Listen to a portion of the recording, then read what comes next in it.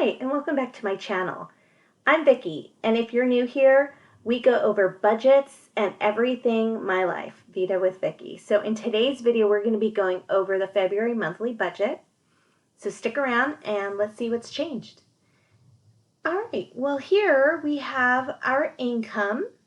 And if you're interested in this spreadsheet as you go through this video with me, I do provide a free template down below. Just feel free to send the link, click on the link. Some things that have changed. So our mortgage has changed because we refinanced. This month is actually the first month we're going to be paying it. We went with AmeriSave for a 30-year fixed at, I think it's 2.5%. This is impounded with taxes and 1 year's insurance. So we're excited to do that. We were perking and having a sinking fund for our property taxes separately, so this is going to be really helpful. The next is our childcare. We pay my mom to help us with childcare as we're all working from home. We need the extra set of hands with a 2-year-old. I budget out $500 for gas and electricity. Every month is different. Last month it was lower, and it just depends. I could look at last year's year to date, but I just like to just put this here, and it gives us a good jumping point from there. Also, this month we actually have both gas and water due this month, and the bill has not come yet, but what I do is every month I set aside $85 and $100 respectively, can't say that word, to kind of have a little mini sinking fund. So we'll be fine with that. And whatever it is, we'll go ahead and plug this in. Internet is roughly like $190 something. So I just always bucket $200 here.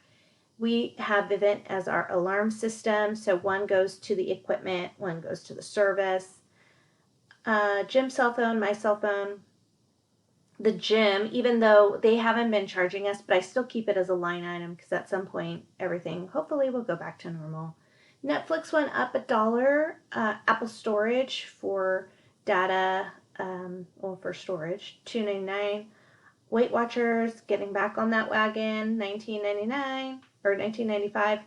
Our gardener here at this house, our housekeeper, my real estate dues, and State Farm. This is how much it was last month, so I'm just, kind of guesstimating that. So for our expenses, I shouldn't really call them fixed because there are variable and fixed expenses here, but our total expenses here are $6,900 roughly.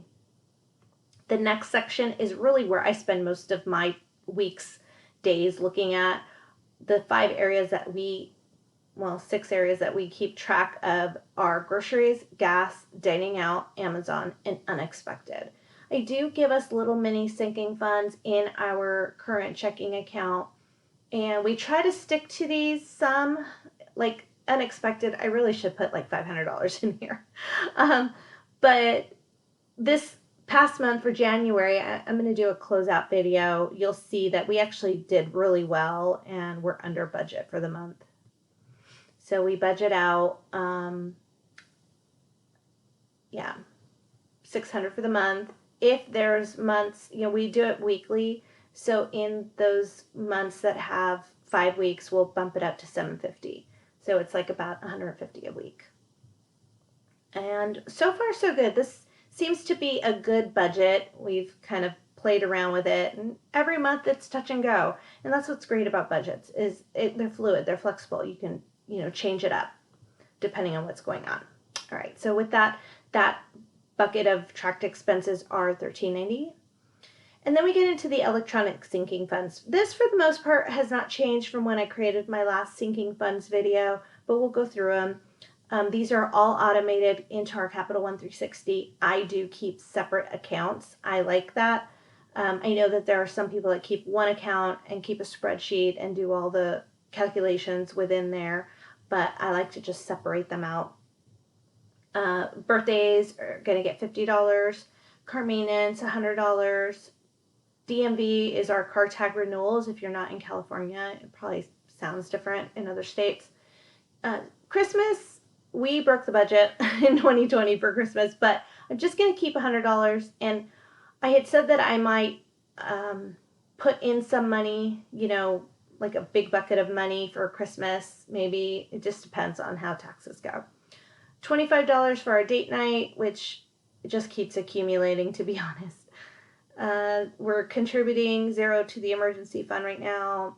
Actually, that's not very true. We've been socking away any kind of extra money we can, but we just don't have an automated savings for the emergency fund today. Haircuts get $60. Home maintenance for this home gets $100. Life Happens is $75. Life Happens is just like a mini emergency fund that we can access quickly, because if you don't know how Capital One 360 works, is it takes 3 to 5 business days to get from Capital One into your primary checking. So we like to keep some money on hand, for immediate access. Kids clothes and kids miscellaneous has been a blessing to bring back. I have used it for the month of January and not had to dip into my Amazon little mini savings. So it's been great. Medical with prescriptions and over-the-counter medicine, that's been helpful too. So $50 goes to that. Our pest control comes out quarterly, so $40 every month. School, we're just kind of, socking away for fall of next year. We're putting away $250 a month. And then sports, when our son gets back into sports, we're just putting $10 right now. Summer, $50 a month, and vacation, 0. But I do want to keep a line item here. So last but not least, our debt. The only debt we have is student loans. Woo-hoo! At $350.20. I'm so excited to see this. I know we had a HELOC before and we've refied it. And technically we still owe the money, but it is nice to see one student loan debt left. And I'm really excited about this. So anyway, our total spending is $9,720.61. We are not doing zero-based budgeting, guys. We are putting anything extra into our savings account for the time being. But for now, this might be different, right? Depending on what comes in. So I'm excited to see this budget. I did not allocate anything differently for Valentine's Day. We're not going to be exchanging gifts, my husband and I. And we aren't doing anything special for the kids that I know of. We did buy some Valentine's Day cards for our son's classroom, which we took out of unexpected because I didn't think about that. I may put that in the budget for next year in January. But other than that, that's what we got going on. And I look forward to hearing what you had differently in February. Let me know. Did something not work out in January that you've had to pivot and change? I'd love to hear what you've done. The thing, I will be doing a February rentals budget, so stay tuned for that video. And then this is how I keep track of things, my spending tracker, my check-ins week over week of things that I track. And then lastly, the sinking funds tracker. So really excited to show you all that. If you have any questions, let me know. Take care. Have a great day. See you in the next one. Bye.